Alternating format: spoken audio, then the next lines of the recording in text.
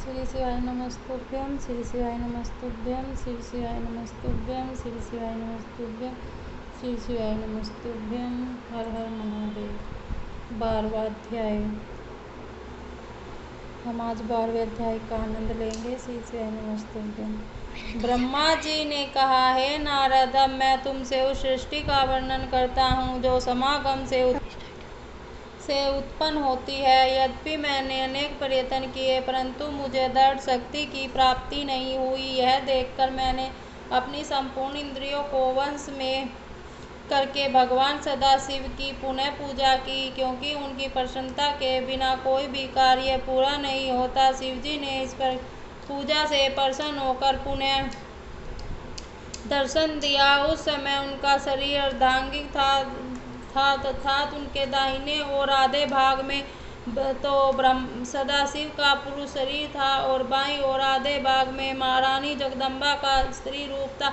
आधे मस्तक पर जटाएं थी और आधे पर घुंघराले सुंदर केश थे। एक और ललाट पर त्रिपुंड लगा हुआ था और दूसरी ओर बिंदी चमक रही थी। एक और डमरू की धमनी थी और दूसरी ओर घुंघरू का मधुर स्वर।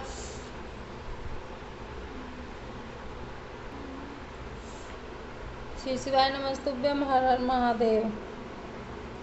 हे नारद, भगवान सदाशिव के इस अर्धांगिक स्वरूप को देखकर मैं अत्यंत प्रसन्न हुआ और मैंने उन्हें दंडवत करते हुए प्रार्थना की, हे प्रभु, मेरे धन्य भाग हैं जो आपने कृपा कर मुझे अपने दर्शन दिए। मेरी स्तुति को सुनकर भगवान सदाशिव हंसते हुए बोले, हे ब्राह्मण, तुमने जिस मनोरथ की प्राप्ति के लिए इतना कष्ट भोगा उसे हम जानते हैं। तुम्हारी अभिलाषा अधिक संतान उत्पन्न करने की है। इतना कहकर भगवान सदाशिव शक्ति से अलग हो गए। उस समय मैंने शक्ति की महिमा का वर्णन करते हुए कहा, हे महारानी, मैंने आपकी आज्ञा से सृष्टि उत्पन्न करने की चेष्टा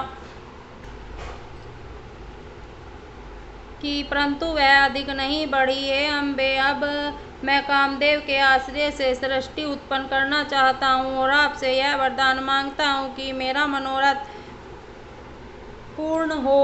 हे जगदम्बे, आप दक्ष की पुत्री के रूप में अवतार ग्रहण करें। और मेरे मुख से निकले हुए इन शब्दों को सुनकर भगवती महामाया ने पहले तो भगवान सदाशिव की ओर देखा, फिर मुझसे यह कहा, हे ब्राह्मण, मैं तुम्हारी पौत्री के रूप में जन्म लूंगी और मेरा नाम सती होगा। इस समय राजा दक्ष भगवान सदाशिव का अपमान करेंगे।